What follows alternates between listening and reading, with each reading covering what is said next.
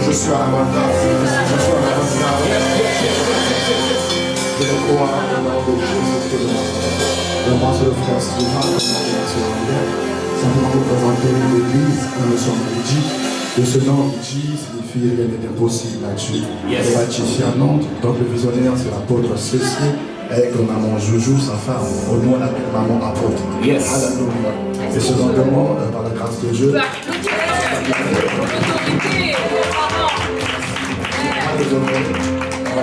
Moi, je pense que Dieu est une famille, que Dieu est une église, mais Dieu aussi est un enfant. Donc, Dieu a un père, Dieu a une mère et une jeunesse dynamique. Au nom de Jésus de Nazareth. Alors, Dieu fondé en 2002. Dieu fondé en 2002, elle est basée à Nantes. Et une extension aussi au niveau de la RDC. Moi, je crois que même dans ma vie où je fréquente à Vendôme, il y aura ici. Yes! Tu es bienvenue pour la présence de Dieu. Je vais simplement remettre le micro à la sœur Aouna pour présenter simplement la vision de la jeunesse de l'Église. Yes. Merci mon frère Silva, comme tu l'as présenté. Nous sommes à Ridi. Rien n'est impossible à Dieu. Amen. Dis à ton voisin que je suis dans le lieu de rien n'est impossible à Dieu. Je suis dans le lieu de faire rien. Rien n'est impossible au Dieu en qui j'ai placé ma confiance. Yes. Rien n'est impossible au Dieu au qui mon Père a bâti. Notre Père de CNT là a bâti. Rien n'est impossible à Dieu. C'est une parole qui lui a été donnée par Dieu. Nous sommes les enfants de ce ministère. Et nous croyons tous ensemble que nous faisons partie du corps du Christ. Cet événement a été organisé par la jeunesse de Ridi. La jeunesse de Ridi est une jeunesse dynamique et qui a eu comme fardeau en ce 2023, en cette nouvelle saison, de pouvoir mettre en place un réveil dans la jeunesse. Un réveil dans la jeunesse parce que Dieu nous le fait comprendre dans Joël que après cela je répandrai mon esprit et vos fils et vos filles prophétiseront. Vos fils et vos filles vont parler de ma part. Tu n'es pas moindre, Dieu peut t'utiliser. Dieu peut t'utiliser dans ta famille. Dieu peut t'utiliser dans ton ministère. Dieu peut t'utiliser même dans ton travail. Et la jeunesse ne doit pas se négliger. La jeunesse de Ridi est dirigée par notre responsable Ariel Ntela qui est aussi, on peut l'applaudir. Il fait un travail incroyable.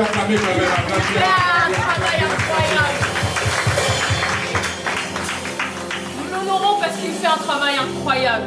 Vous savez, vous vous rendez pas compte, mais parfois, guider une jeunesse, ce n'est pas simple. Et quand il y a une personne qui se tient à la brèche comme adorateur, comme intercesseur, c'est lui qui s'est vraiment tenu à la brèche pour nous aider à accomplir la mission que Dieu nous a donnée aujourd'hui. Nous sommes à la conférence Rien n'est impossible à Dieu. Le réveil dans la jeunesse. Nous allons accueillir 2 intervenants et je le crois fortement que nous allons être bénis par ces intervenants et par rapport à tout ce qui va être fait dans ces lieux. Je prie que tu ne partes pas comme tu es venu. En fait. Je prie que tu puisses rencontrer le Seigneur comme tu l'as jamais rencontré. Et que tout ce qui était impossible pour les hommes soit possible, tout simplement parce que tu te trouves dans ces lieux. Et je veux vraiment remettre la parole et la place au groupe de louanges de notre Église qui va nous bénir et nous emmener dans le royaume. Amen. Dieu vous bénisse. Alléluia. Est-ce qu'on est là ce matin? Est-ce qu'il y a quelqu'un dans la joie ce matin? Alors on va louer ensemble. Si tu peux te lever avec moi, on va danser, on va louer ensemble.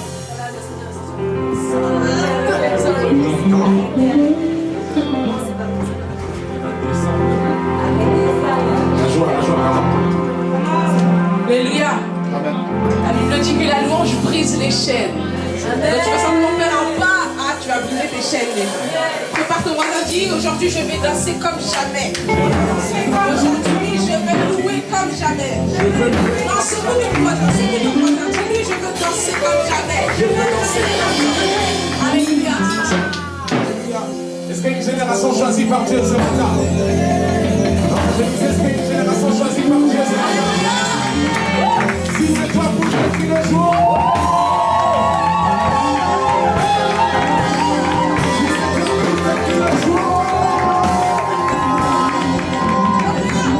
si c'est toi,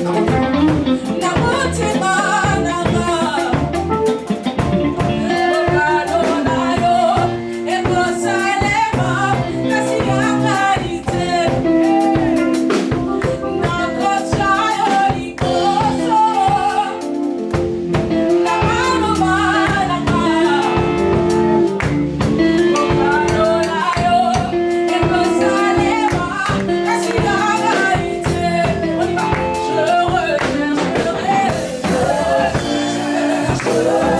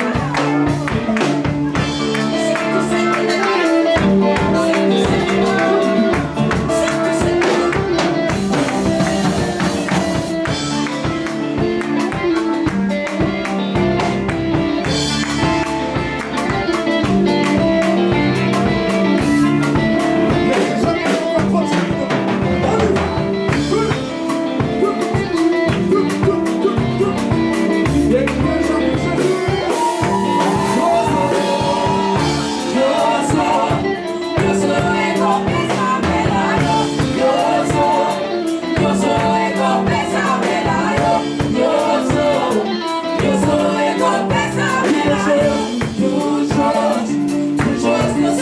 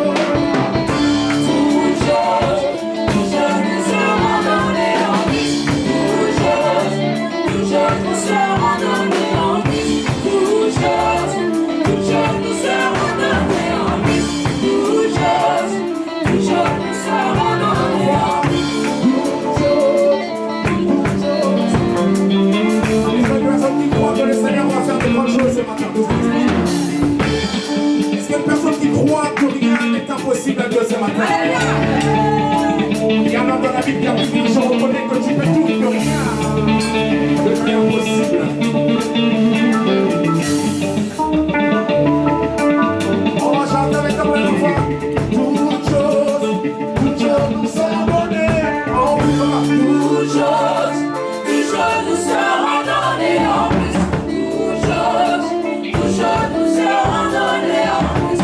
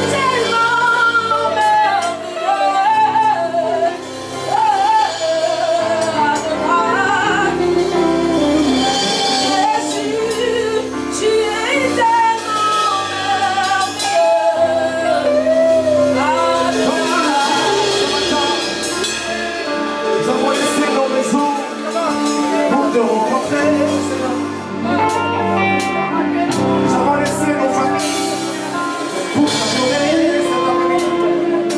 Nous voulons le réveiller. J'ai la recherche des adorateurs. Ceux qui t'adorent en esprit en vérité. Tu es tellement merveilleux. Tu es tellement glorieux. Tu mérites de gloire cet après-midi.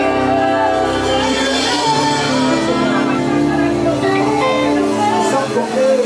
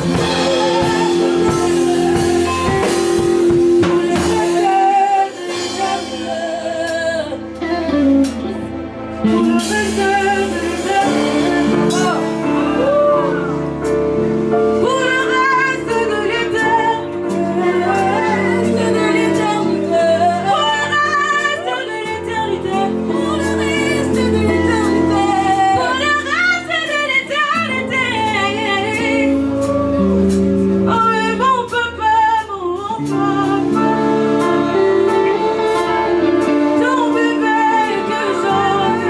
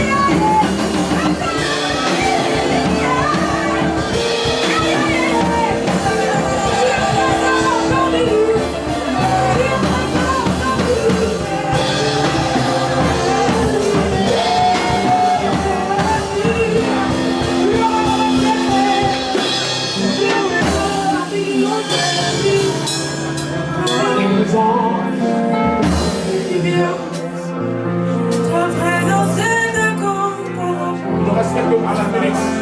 Ta présence nous suffit.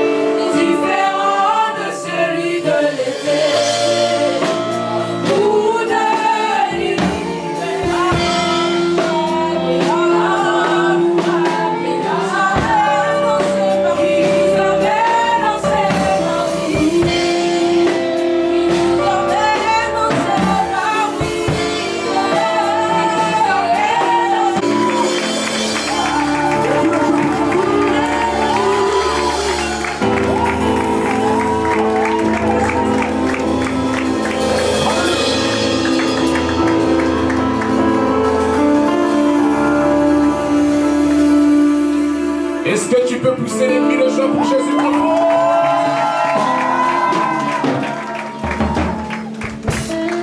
Est-ce que nous sommes là cet après-midi?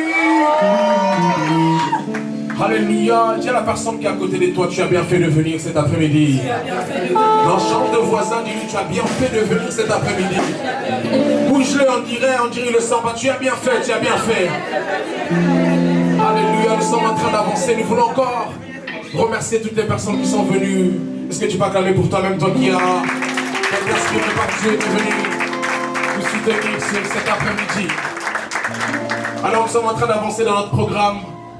Je vais, en attendant que la première artiste, la première personne que nous avons invitée de venir, j'aimerais laisser à 2 personnes la possibilité de témoigner la gloire de Dieu.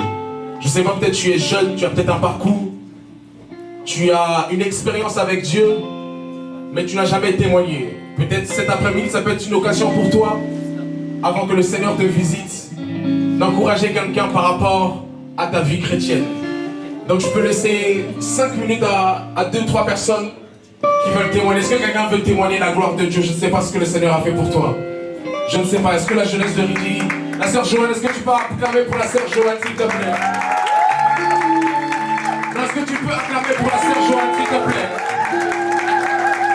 Pousse des cris de joie pour la sœur Joanne, s'il te plaît. Alléluia. Je vais laisser 5 minutes à la sœur Joanne de témoigner. Le micro, il est là. Ça marche. Jésus, ça marche. Alléluia. Bonjour. Bonjour. Alors, je vais témoigner de la gloire de Dieu. Yes. Parce que du coup, depuis que je suis âgée de 12 ans, je souffrais de douleurs ovariennes qui ne pouvaient être soignées par les médecins. C'est-à-dire que j'avais plusieurs traitements. Et Yes. malheureusement, tous les traitements qui avaient été admis ne me guérissaient pas, ne me soignaient pas.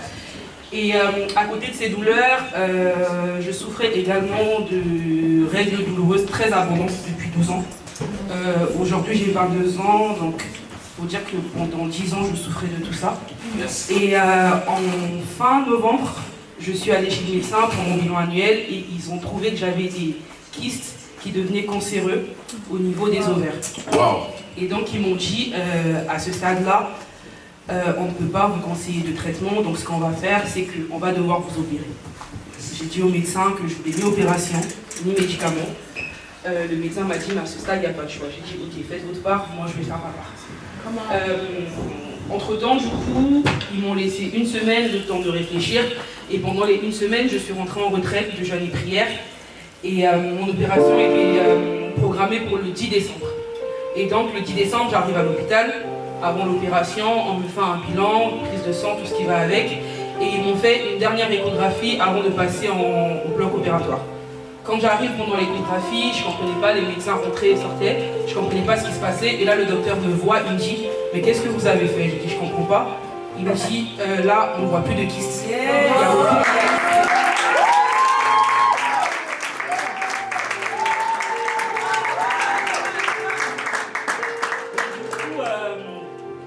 Waouh, encourage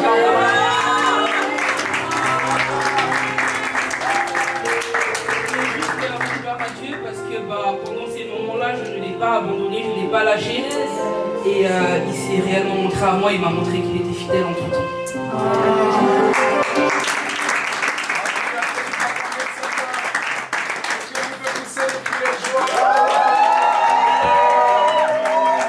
Est-ce qu'il y a une dernière personne, encore une dernière personne? Est-ce qu'il y a une personne qui a un témoignage? La sœur qui est en avant, est-ce que tu peux venir?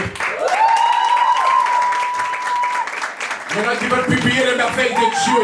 C'est fort, c'est fort, c'est fort, c'est fort, c'est fort. Comment? Bonjour à tous. Bonjour. Je m'appelle Sabaoth Angela. Wow. Et la plupart des personnes ici me connaissent. Le frère Harry et la sœur Asser. C'était pas prévu que je vienne aujourd'hui. C'était pas prévu parce que je travaillais.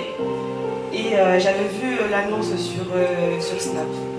J'ai screen, mais j'avais pas le cœur à venir. Et Asser, elle m'a envoyé un message. Elle m'a dit, je t'invite personnellement. Et du coup, je suis venue. Et j'ai emmené ma cousine avec moi. Ce que je voudrais témoigner aujourd'hui, c'est la grâce de Dieu.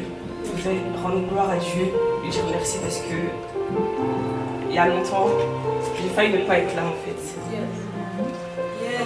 Come on, come on.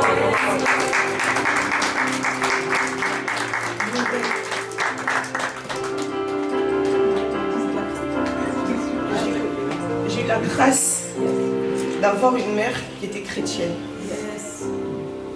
Et je suis rentrée dans une église locale, je suis devenue chantre jusqu'à aujourd'hui. Tout à l'heure, pendant qu'on adorait, j'ai ressenti une présence, la présence de Dieu qui était là. J'ai ressenti le Saint-Esprit, j'ai commencé à prier en langue. J'étais même, je ne sais pas qui m'a pris, mais j'ai vu une présence qui était là. Et cette présence-là me dit de vous dire que le Seigneur est là. Yes. Il est parmi nous. Et j'aimerais rendre gloire au Seigneur, lui dire merci parce qu'il nous a permis d'être là. Nous sommes samedi, on aurait pu aller avec des amis, aller dehors, manger, mais le Seigneur a permis que nous soyons là. Si ce n'est pas lui qui... J'ai demandé au Seigneur de disposer chaque cœur, chaque jeune qui touche la jeunesse de Nantes, parce qu'on voit beaucoup de choses qui se passent en ce moment. Moi-même, j'ai failli ne pas être là. J'ai eu une appendicite il y a longtemps, qui a duré 2 ans. N'était pas détectable par les médecins ni par les scanners, tout ça, qui était caché derrière mes intestins. Et pendant une nuit de prière, ma mère allait en songe. Elle avait un serpent dans la maison. Ce serpent-là est sorti de la maison. Elle n'a pas réussi à tuer ce serpent-là. Et le lendemain, moi j'ai eu une grosse crise d'appendicite. L'appendicite avait éclaté, elle a commencé à infecter mes reins et mes intestins. Arrivé au médecin, vous connaissez, on vous laisse sur le brancard, dans le couloir, personne ne s'occupe de vous. Les médicaments qu'on me donnait ne me faisaient pas effet, au contraire, ça empirait. Mais un médecin, 2 médecins qui n'étaient même pas français, il m'a juste regardé, il m'a dit, toi tu as un problème. Je ne sais pas pourquoi je me suis arrêtée, mais on m'a demandé de te soigner. Il m'a pris sans même faire de scanner. Il a juste demandé, emmenez-la directement en salle d'opération. Je suis arrivée en salle d'opération, je crois que j'avais 12 ans. L'opération a duré, je suis arrivée aux urgences à 15 h. Ce médecin-là m'a pris en charge à 22 h. De 23 h à 6 h du matin, j'étais en opération. Pendant un instant, mon cœur a arrêté de battre. J'étais morte. Pourquoi je sais que j'étais morte? Parce que je sais pas ce qui se passe après la mort, mais je sais que j'étais morte, j'étais plus là. Parce que j'ai vu la grande sœur à ma mère, qui était comme ma mère. Je voulais la rejoindre, elle m'a dit non, ce n'est pas ton heure. Et là, elle me montre, elle me dit regarde. Je regarde à ma droite, je vois ma mère dans le couloir devant le bloc opératoire, en train de prier, en train de louer Dieu, en train d'adorer. Cette image-là, ça m'a fait des trucs. Elle m'a dit rentre, c'est pas ton heure, reviens. Et pendant que ma mère elle priait, elle a vu un lézard sortir des sous des lits de les brancards qui sont dans les couloirs, qui allait rentrer dans la salle d'opération. Mais elle a envoyé le feu, elle a continué à prier. Ce lézard-là, c'était pas un rêve, mais c'était une vision qu'elle a vue. Le lézard a détourné et est parti dans un autre couloir. Et moi, pendant ce temps-là, la réanimation, je suis revenue à la vie.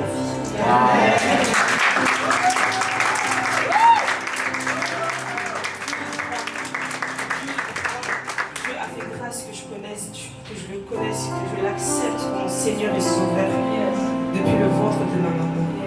Et ce témoignage-là, c'est pour inciter aux jeunes. Ne voyez pas ce qu'il y a dans le monde. Ne voyez pas ce qu'on voit. Tout ce qui est dans le monde, c'est éphémère. Tout est vanité de vanité. Les miracles passeront, mais la parole de Dieu restera. Alors je suis un jeune. Si je n'ai pas encore accepté Jésus, de recevoir Jésus comme ton Seigneur et Sauveur. Yes. Est-ce que tu peux encourager à travers le Seigneur?